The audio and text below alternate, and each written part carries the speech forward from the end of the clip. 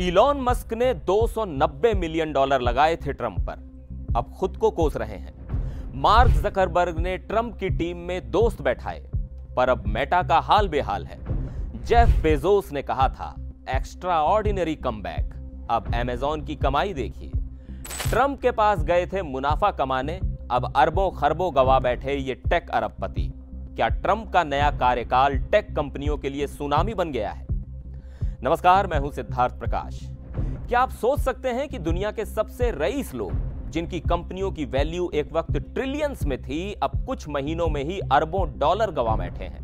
और इसकी सबसे बड़ी वजह है डोनाल्ड ट्रंप की नीतियां, जिनका असर अब सीधे सिलिकॉन वैली की जेबों पर दिख रहा है। आज की ये कहानी बिल्कुल फिल्म जैसी है। जब टेक के टॉप सीईओ खुद चलकर गए थे मारा-लागो, उम्मीद में कि ट्रंप से नजदीकियां उन्हें फायदा पहुंचाएंगी, लेकिन हुआ बिल्कुल उल्टा। तो चलिए आपको पूरी कहानी बताते हैं। नाम, तारीख, आंकड़े, सब कुछ। साल 2025 की शुरुआत में जब डोनाल्ड ट्रंप दोबारा व्हाइट हाउस पहुंचे तो सिलिकॉन वैली के कई दिग्गजों ने उनका जोरदार स्वागत किया। मेटा के सीईओ मार्क जकरबर्ग, एप्पल के टिम कुक, गूगल के सुंदर पिचाई, टेस्ला के इलॉन मस्क और अमेज़न के जेफ बेजोस, सबने किसी न किसी रूप में ट्रंप के चुनाव या उनके इनॉग्रल फंड में करोड़ों डॉलर डोनेट किए।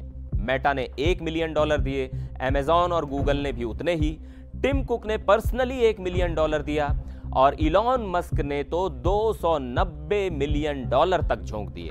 और सिर्फ पैसे ही नहीं, जकरबर्ग ने ट्रंप के साथ कई बार पॉलिसी मीटिंग की, मेटा की पॉलिसी टीम में रिपब्लिकन चेहरा बिठाया और यूएफसी के दाना व्हाइट को अपनी कंपनी के बोर्ड में भी ले आए।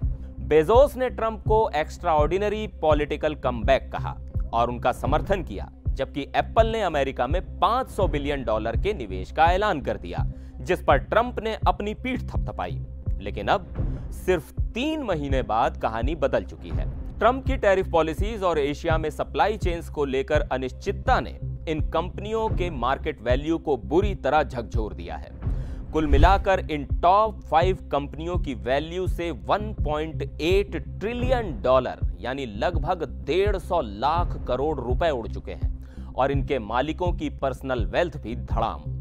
इलॉन मस्क की नेटवर्थ $143 बिलियन यानी करीब 12 लाख करोड़ रुपए गिर गई सिर्फ 3 महीनों में। टेस्ला के शेयर 28% टूटे और $376 बिलियन से ज्यादा यानी लगभग 31 लाख करोड़ रुपए मार्केट कैप उड़ गया। जेफ बेजोस की वेल्थ $47.2 बिलियन यानी करीब 4 लाख करोड़ रुपए घटी और अमेज़न के शेयरों में 13% की गिरावट आई। $316.8 बिलियन यानी करीब 26 लाख करोड़ रुपए की मार्केट वैल्यू उड़ गई।